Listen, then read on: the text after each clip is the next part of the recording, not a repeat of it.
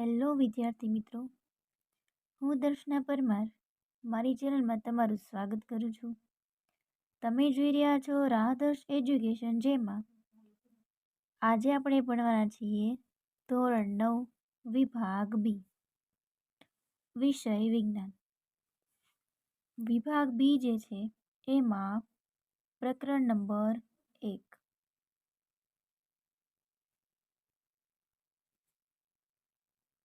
ચલો, એમાં સૌથી પહેલો પ્રશ્ન તમને એવો આપેલો છે કે જો અહીંયા પ્રશ્ન આપેલો છે કે દ્રવ્યના કણોમાં કયા પ્રકારની લાક્ષણિકતાઓ હોય છે. બરાબર, કે દ્રવ્યના કણોમાં કયા પ્રકારની લાક્ષણિકતાઓ હોય છે. તો લખીએ અહીંયા, આ જે દ્રવ્ય છે, બરાબર, કે દ્રવ્યના કણો સતત ગતિશીલ હોય છે. બીજી લાક્ષણિકતા આપણે એ લખીએ કે તાપમાન વધતા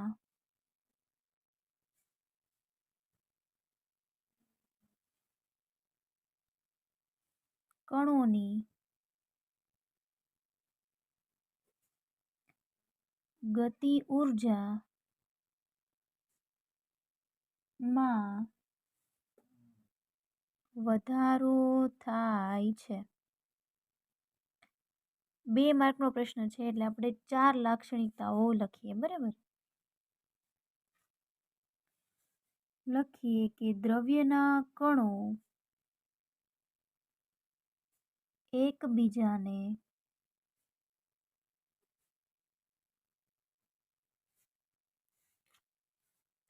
આકર્ષે છે.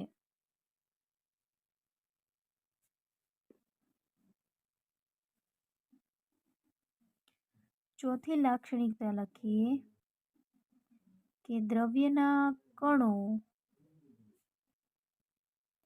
નિશ્ચિત દળ ધરાવે છે. બરાબર, કે પ્રશ્ન નંબર 1માં શું કીધું? દ્રવ્યના કણોની લાક્ષણિકતા આ રીતે થશે. બીજો પ્રશ્ન જોઈએ. પ્રશ્ન નંબર 2 છે, એમાં આપણને એવો પ્રશ્ન પૂછ્યો છે કે ગલનબિંદુ એટલે શું? બરફનું ગલનબિંદુ જણાવો.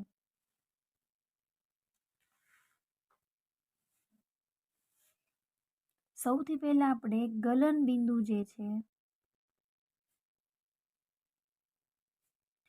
એની વ્યાખ્યા લખીએ. કોને કહેવાય ગલનબિંદુ? કે આપણે લખીએ કે કોઈ પણ પદાર્થ નું ઘન અવસ્થામાંથી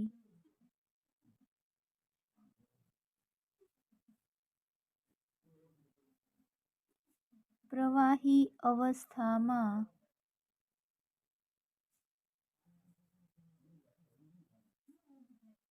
રૂપાંતરણ થાય છે તે તાપમાનને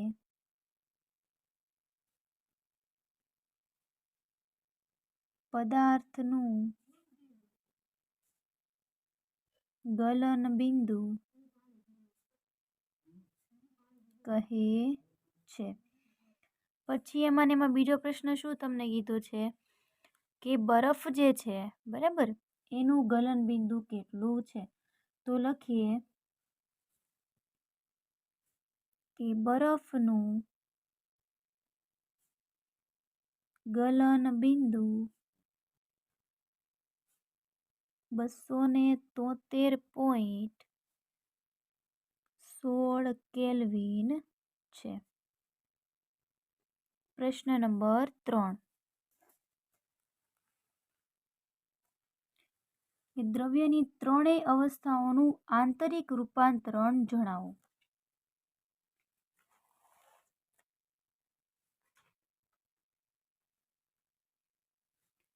ચલો, આ જે દ્રવ્યની અવસ્થાઓ છે, બરાબર, 3 અવસ્થાઓ છે. કઈ કઈ છે? ઘન, પ્રવાહી અને વાયુ. ઓકે, તો સૌથી પહેલા આપણે એવું લખીએ કે પદાર્થની અવસ્થાઓ 3 છે. પહેલી ઘન, બીજી પ્રવાહી અને ત્રીજી છે વાયુ. નું આંતરિક રૂપાંતરણ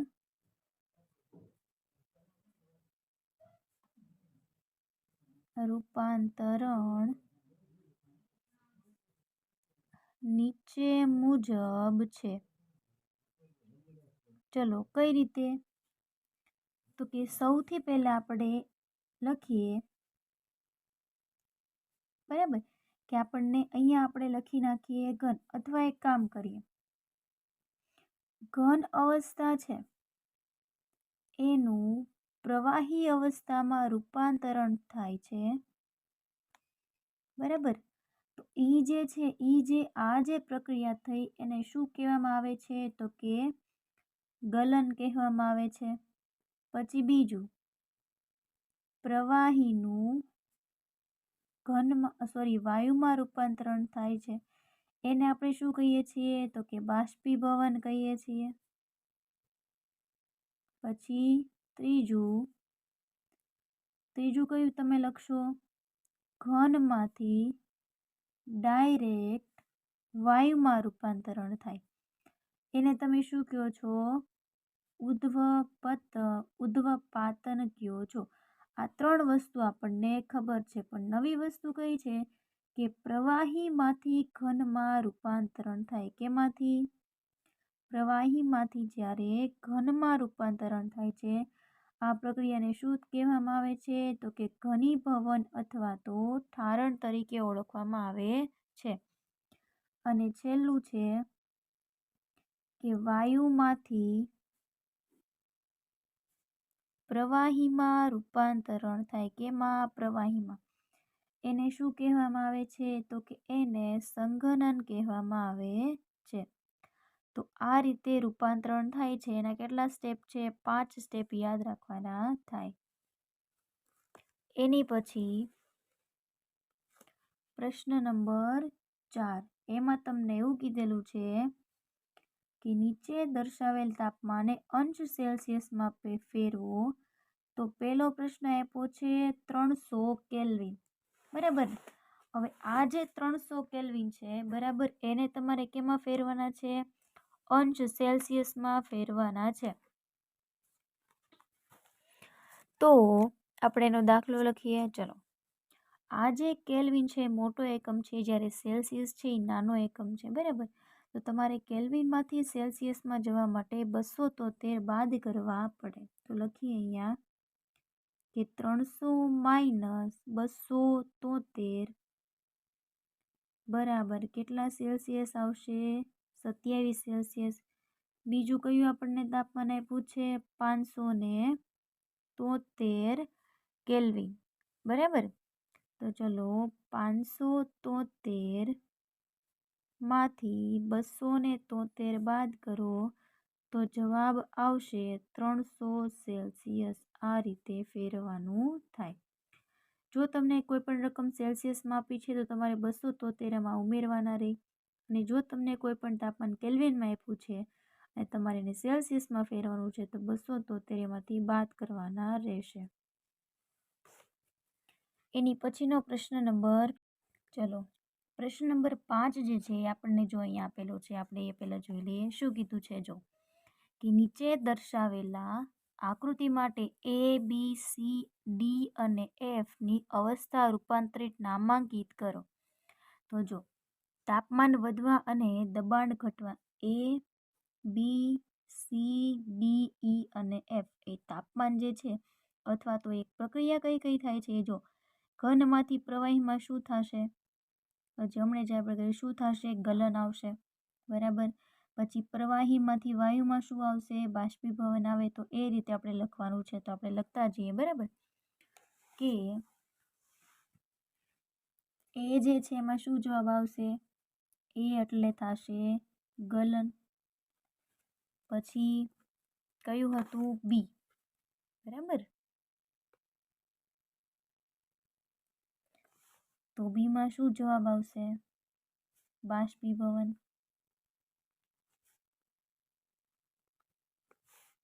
એની પછી સી. સી શું આપ્યું છે ખબર? વાયુમાંથી પ્રવાહીમાં. તમે એને શું કહો છો? તો કે આપણે એને સંઘનન કહીએ છીએ. પછી ડી છે, પ્રવાહીમાંથી ઘનમાં શું કહેવાય? ઘનીભવન કહેવાય, અથવા ઘનીકરણ કયો, તમે જે કહેતા હોય. પછી ઈ જે છે એ ઘનમાંથી ડાયરેક્ટ વાયુમાં શું કહેવાય? એને ઉધ્વપાતન કહીએ છીએ. અને છેલ્લું એફ આપ્યું છે કે બાષ્પનું ઘનીભવન અથવા ઉધ્વપાતન. આપણે આ રીતે લખી શકીએ કે ભાઈ બાષ્પનું ઘનીભવન, ઘનીકરણ અથવા ઉધ્વપાતન, બરાબર. પ્રશ્ન નંબર 6 જોઈએ. પહેલા વાંચીએ. કેવો પ્રશ્ન તમને આપેલો છે? જો, એક પાત્રમાં મીણ લઈ તેને ગરમ કરતા મળતા અવલોકન માટે તાપમાન અને સમયનો આલેખ નીચે પ્રમાણે દર્શાવ્યો છે. તો આપણને આ આલેખ દર્શાવ્યો છે. આ જે છે એ તાપમાન સેલ્સિયસમાં દર્શાવેલું છે. આ સમય છે, બરાબર. અને આ પદાર્થ આ રીતે ગતિ કરે છે. તો પદાર્થનું ગલન બિંદુ જણાવો. તો પદાર્થ અહીંયા છે, અહીંયા આવે છે. ગલન બિંદુ એટલે શું? ઘનમાંથી પ્રવાહી અવસ્થામાં રૂપાંતરણ થવું. તો ગલન બિંદુ કેટલું થશે? 15. ઉત્કલન બિંદુ કેટલું થાય? તો કે પ્રવાહીમાંથી વાયુ અવસ્થામાં રૂપાંતરણ થાય. કેટલા તાપમાને થાય છે? 110. તો લખીએ એના જવાબ કે પહેલો પ્રશ્ન છે એના માટે લખીએ કે પદાર્થનું ગલન બિંદુ કેટલું થશે? 15 સેલ્સિયસ છે. અને બીજો પ્રશ્નનો જવાબ લખીએ કે ભાઈ પદાર્થનું ઉત્કલન બિંદુ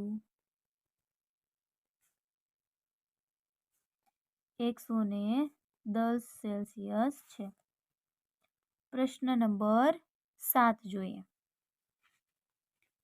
ચલો, એમાં શું કીધું છે આપણે એ જોઈએ. હવે ઉનાળામાં માટલા એટલે કે ઘડાનું પાણી શા માટે ઠંડુ રહે છે? તો કે ઉનાળા દરમિયાન જે કોઈ પણ માટલું હોય, બરાબર, તો એનું પાણી શા માટે ઠંડુ રહે છે? તો એનું કારણ આપણે અહીં દર્શાવીએ. ચલો, કે ઉનાળા દરમિયાન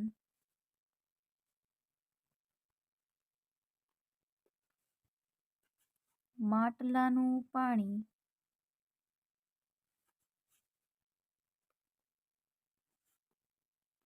ઠંડુ રહે છે કારણ કે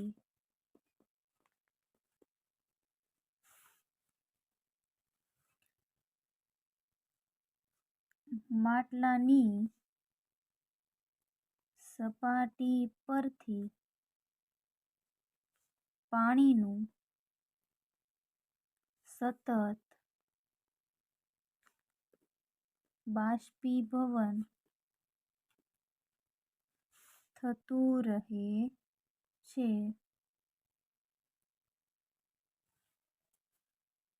એટલા માટે પાણી ઠંડુ રહે છે, બરાબર. એ પ્રશ્ન આ રીતે થશે. પ્રશ્ન નંબર 8 જોઈએ. ચલો,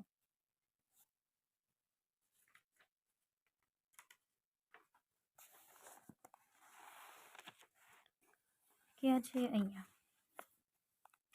તફાવત આપો બાષ્પીભવન અને ઉત્કલન. ઓકે, ચલો આપણે એનો તફાવત લખી નાખીએ. હવે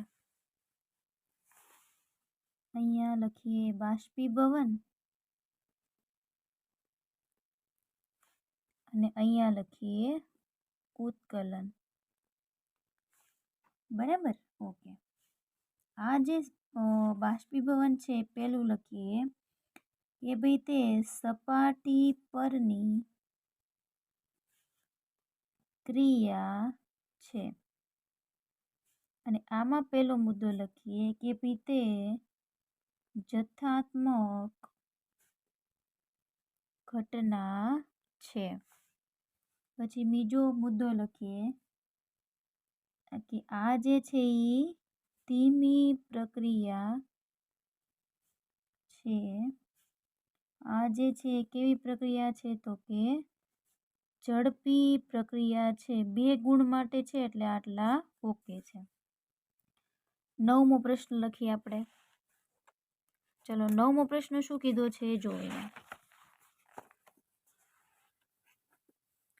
નીચેના રૂપાંતરિત દરમિયાન થતી પ્રક્રિયાનું નામ જણાવો. વાદળ બનવું એ કઈ પ્રક્રિયા છે? વાદળ બનવું એ તો કે સંઘનનની પ્રક્રિયા છે. અને ડામરની ગોળીનું કદ ઘટવું એ કઈ પ્રક્રિયા છે? તો કે ઉધ્વપાતનની ઘટના છે. બરાબર. તો આપણે અહીંયા લખીએ કે પ્રશ્ન નંબર 9નો પહેલો પ્રશ્ન જવાબ શું આવે? તો કે વાદળ બનવું એ કઈ પ્રક્રિયા છે? તો કે એને કહેવાય સંઘનન. અને બીજો પ્રશ્ન છે કે ડામરની ગોળીનું કદ ઘટવું એ કઈ પ્રક્રિયા છે? તો કે ડાયરેક્ટ ઘનનું વાયુમાં રૂપાંતરણ થયું એને આપણે શું કહીએ છીએ? ઉધ્વપાતન કહીએ છીએ. બરાબર. પ્રશ્ન નંબર 10 છે એ જોઈએ. જો આપણને શું કીધું છે અહીંયા પ્રશ્ન નંબર 10 જોઈએ. કયો પદાર્થ દ્રવ્યની ત્રણેય અવસ્થાઓ સરળતાથી ધરાવી શકે છે? સાવ સહેલો પ્રશ્ન છે. કયો પદાર્થ એવો છે? તો કે આપણે રોજિંદા જીવનમાં એનો ઉપયોગ પણ કરીએ છીએ. તો લખીએ કે પાણી એ દ્રવ્યની ત્રણેય અવસ્થાઓ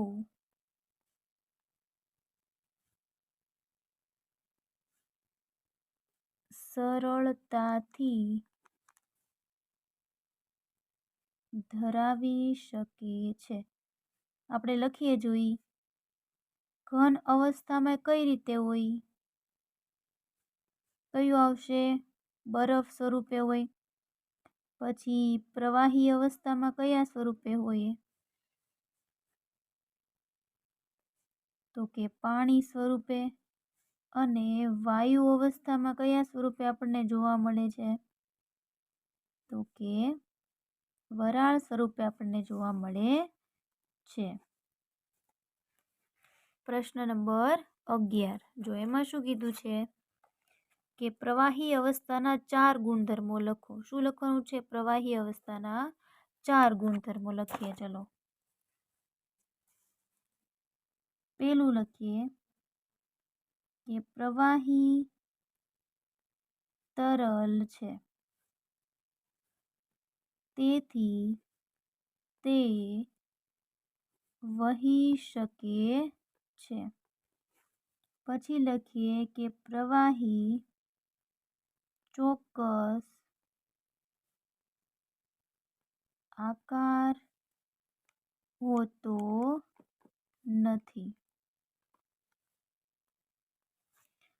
ત્રીજું લખીએ કે પ્રવાહીમાં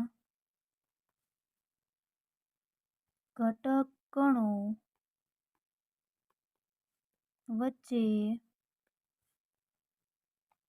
અવકાશ જોવા મળે છે. છેલ્લું કયું લખશો? ચોથા નંબરનું.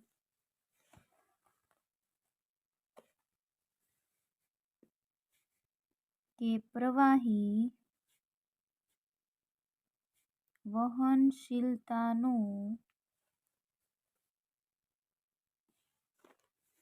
ગુણધર્મ ધરાવે છે।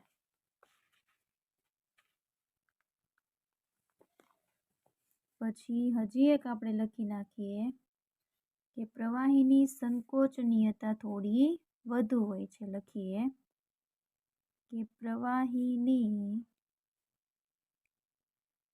સંકોચનીયતા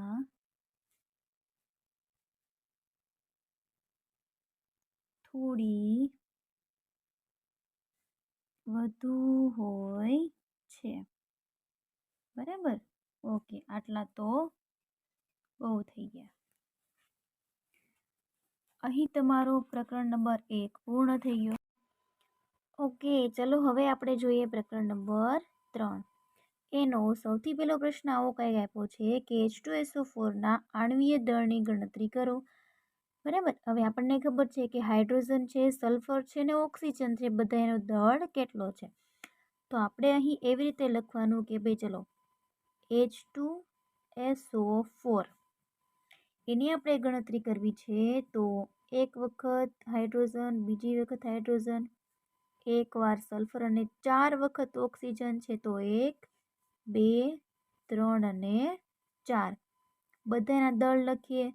1 + 1 સલ્ફરનું થાય 32, ઓક્સિજનનું 16।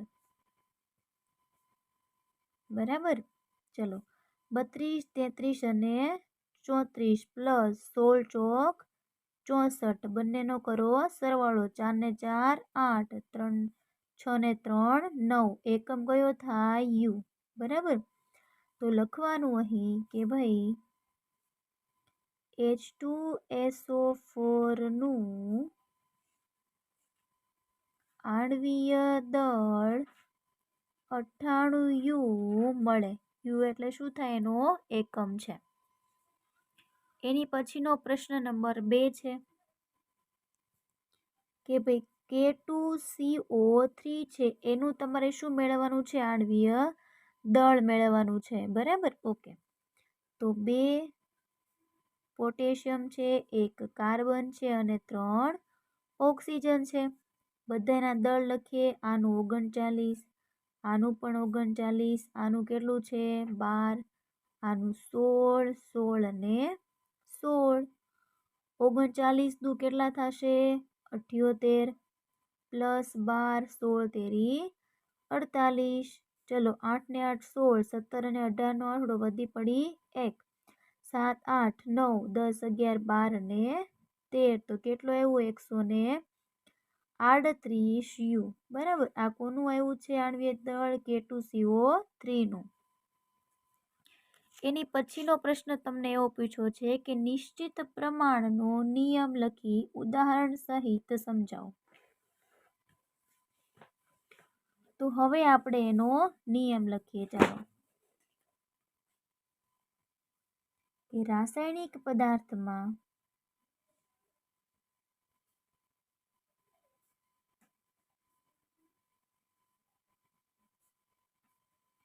તત્વો હંમેશા દળથી નિશ્ચિત પ્રમાણમાં હાજર રહેલા હોય છે।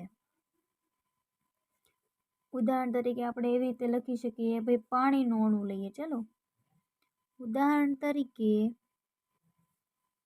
પાણીના અણુમાં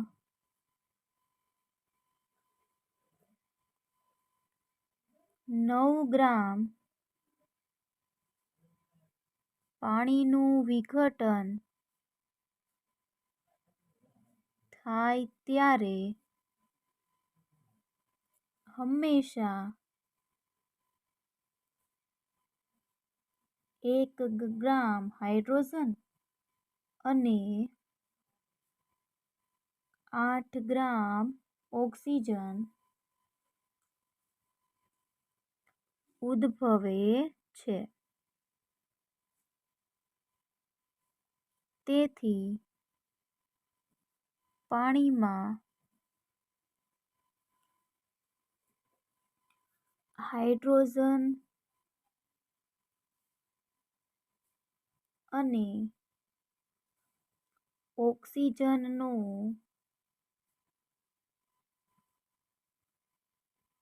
દળથી ગુણોત્તર હંમેશા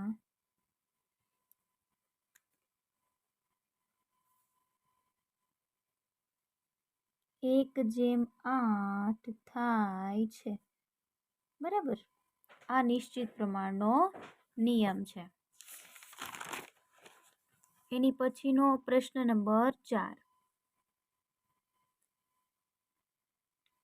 જો એમાં તમને શું કીધું છે પ્રશ્નમાં કે પરમાણ્વીય દળ એકમને વ્યાખ્યાયિત કરો. હવે પરમાણ્વીય દળ તમે કયો ને કહો છો તો કે ન્યુક્લિયસ એટલે શું કહેવાય? પ્રોટોન અને ન્યુટ્રોનની સંખ્યા. હવે આની આપણે ખાલી વ્યાખ્યા લખવાની છે આ રીતે કે આપણે એની સમજૂતી આ રીતે આપી શકીએ કે ભાઈ કાર્બન 12 સમસ્થાનિકના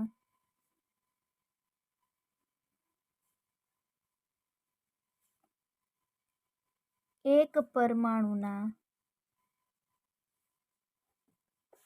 દળના 1/12 ભાગને પરમાણ્વીય દળ એકમ દળ એકમ કીધું છે. દળ એકમ કહે છે કે જેની સંજ્ઞા યુ વડે દર્શાવવામાં આવે છે. જો કન્ફ્યુઝ ન થતા કે પરમાણ્વીય દળ નહીં, શું કીધું? પરમાણ્વીય દળ એકમને. પરમાણ્વીય દળ કીધું હોય તો ન્યુક્લિયસ એટલે કે ન્યુટ્રોન અને પ્રોટોનની સંખ્યા થાય, પણ પરમાણ્વીય દળ એકમ કયો છે? યુ છે. બરાબર, કે જ્યારે કાર્બન 12 સમસ્થાનિકના એક પરમાણુમાં દળના 1/12 ભાગને પરમાણ્વીય દળ એકમ કહે છે અને જેની સંજ્ઞા યુ વડે દર્શાવવામાં આવે છે. બરાબર, એની પછીનો પ્રશ્ન છે કે નીચેનામાં કેટલા પરમાણુઓ હાજર છે તે જણાવો. તો પહેલો પ્રશ્ન છે કે H2S અણુ. બરાબર, તો અહીંયા લખીએ કે H2S અણુમાં એક હાઇડ્રોજન પરમાણુ અને બે હાઇડ્રોજન છે એટલે આપણે અહીંયા લખીએ 2 હાઇડ્રોજન પરમાણુ 2 હાઇડ્રોજન અને એક સલ્ફર એમ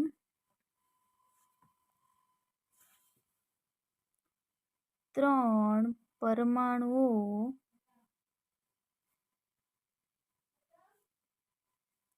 હાજર છે.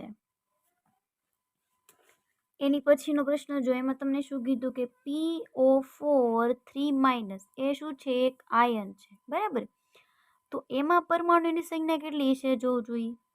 તો કે આપણે લખીએ કે PO4 3- આયન જે છે આયનમાં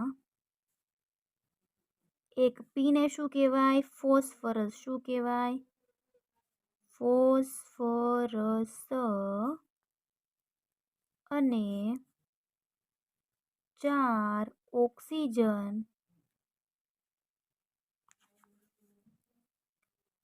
પરમાણુઓ છે. તેથી તેમાં કુલ 5 પરમાણુઓ હાજર છે. બરાબર, ચલો એની પછીનો પ્રશ્ન નંબર 6. સંયોજકતા એટલે શું? તેનું મહત્વ શું છે? તો એની વ્યાખ્યા આપણે એમ લખી શકીએ કે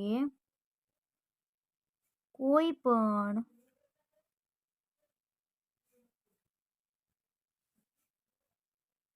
પરમાણુના બાહ્યતમ કક્ષામાં રહેલા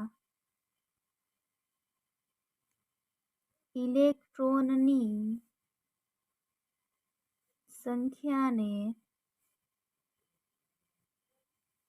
સંયોજકતા તરીકે ઓળખવામાં આવે છે. અથવા તમે એમ પણ લખી શકો કે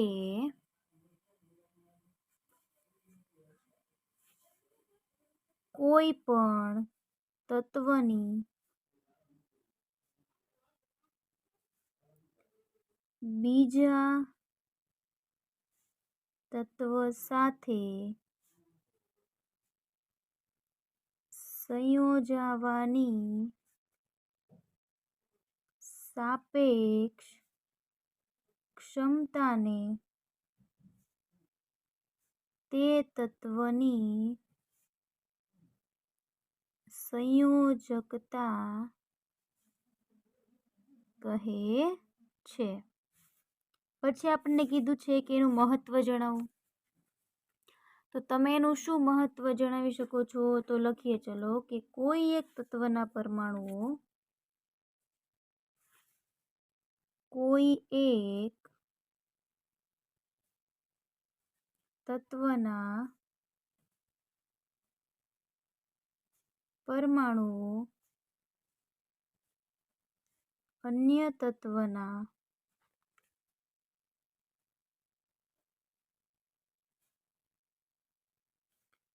પરમાણુઓ સાથે સંયોજાઈને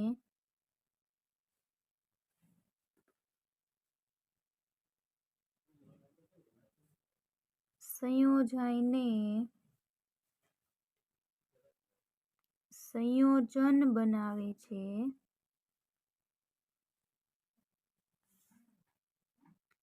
તે સંયોજકતાના આધારે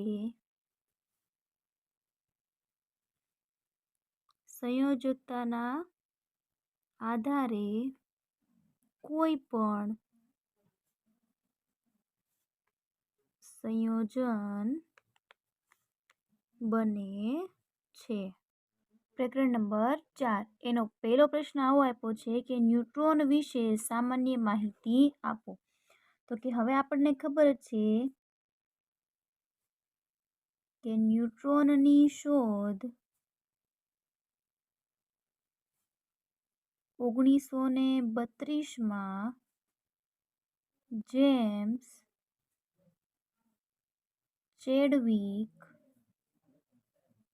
નામના વૈજ્ઞાનિકે કરી હતી. બીજું શું લખી શકાય? તો કે આ જે ન્યુટ્રોન છે તેનું દળ પ્રોટોનના દળ જેટલું છે.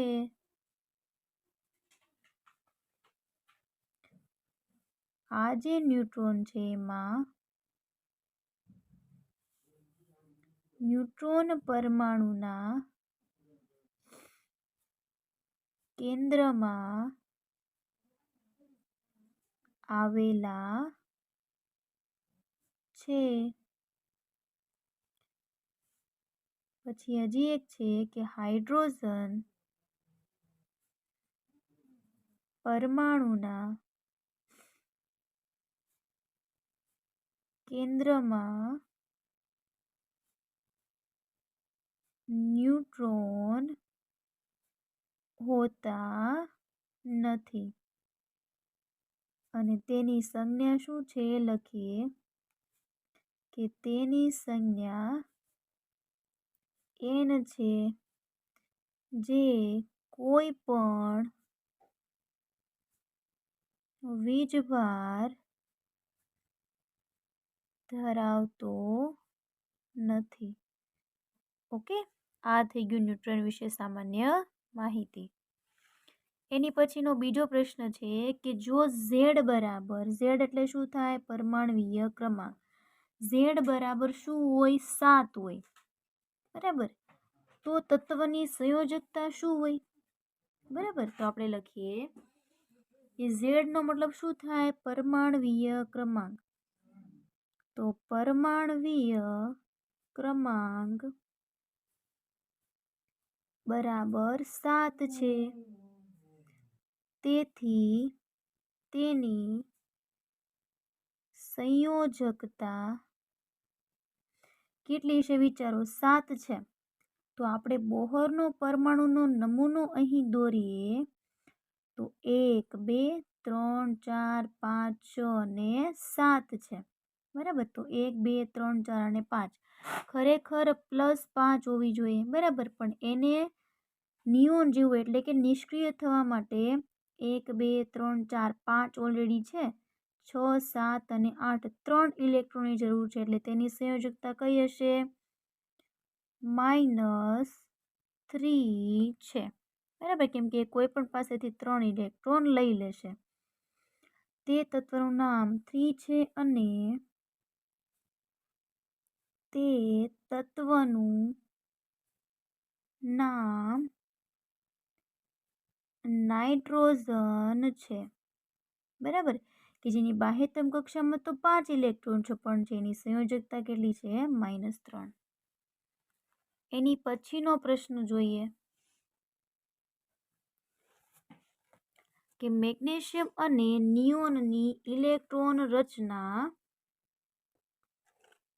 દર્શાવી તેમની સંયોજકતા જણાવો. શું કીધું? જો આપણને અહીં કે મેગ્નેશિયમ અને નિયોન છે. ઓકે, ચલો પહેલા મેગ્નેશિયમ માટે લખીએ કે આ જે મેગ્નેશિયમ છે એનો પરમાણુ ક્રમાંક તો 12 છે, પણ દળ કેટલું છે? 24 છે. આ જે મેગ્નેશિયમ છે, બરાબર, એનો આપણે પરમાણુ ક્રમાંક લખ્યો એને દળાંક લખ્યો, તો એમાં કેટલા ઇલેક્ટ્રોન સમાયેલા છે? તો કે મેગ્નેશિયમ છે એમાં ઇલેક્ટ્રોન કેટલા છે? તો કે લખીએ ભાઈ, ઇલેક્ટ્રોન જે છે ઈ બરાબર 12 આવેલા છે. પછી શું છે? તો કે પ્રોટોન છે. પ્રોટોન કેટલા હશે? તો કે એમાં 12 હશે, બરાબર. પછી ન્યુટ્રોન છે n. તમે એમ કહો છો ને કે ભાઈ ન્યુટ્રોન જે છે n કેટલા હશે? એમાં જોવું જોઈએ. તો કે દળ છે 24, એમાંથી 12 બાદ કરી નાખો. કેટલા છે? 12 જેટલા છે. તો કે કક્ષકમાં 2 ઇલેક્ટ્રોન, એલ કક્ષકમાં 8 અને એમમાં 2 ઇલેક્ટ્રોન હશે. તો જોવું જોઈએ બાહ્યતમ કક્ષામાં કેટલા ઇલેક્ટ્રોન હશે?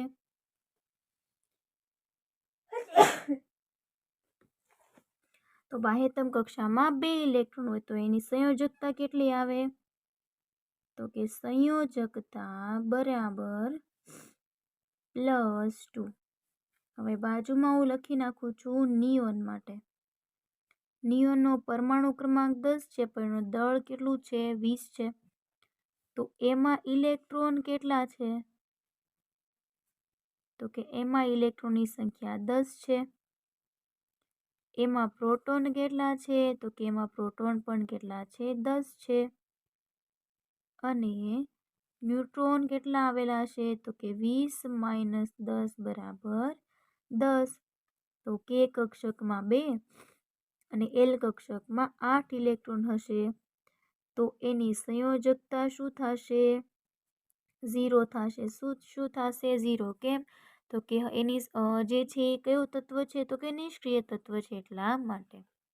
અને એની કક્ષકો કેવી છે? સંપૂર્ણ ભરાયેલી છે, એટલા માટે. હવે પ્રશ્ન છે કે સમદળીય અથવા સમભારીય તત્વો એટલે શું? તો પહેલા આપણે અહીંયા લખીએ સમદળીય એટલે શું? કે જેના દળ સમાન હોય. શું સમાન હોય? દળ, બરાબર. લખીએ ચલો કે જે પરમાણુઓના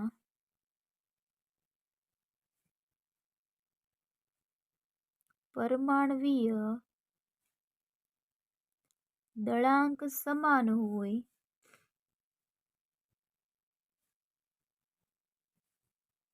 પરંતુ પરમાણવીય ક્રમાંક અલગ હોય તેને સમદળીય તત્વો કહે છે. બરાબર. ચલો ઉદાહરણ આપણે લખી દઈએ. કયું ઉદાહરણ આપણે લખશું? તો કે આના ઉદાહરણ આપણને ખબર છે કે ભાઈ કયું આવશે. પેલું આર્ગોન છે. જો એનો પરમાણુ ક્રમાંક તો છે 18 પણ દળ 40 છે. અને બીજું છે કેલ્શિયમ, એનો પરમાણુ ક્રમાંક 20 છે પણ એનો પણ દળ કેટલો છે? 40 છે. બરાબર. હવે આ લખીએ આપણે સમભારીય. બરાબર. આ કયા હતા? સમદળી. અરે ઓકે. સમદળી અને સમભારીનો મતલબ એક જ થાય. બરાબર. એટલે જો આ એની વ્યાખ્યા અને આ એનું ઉદાહરણ આવી ગયું.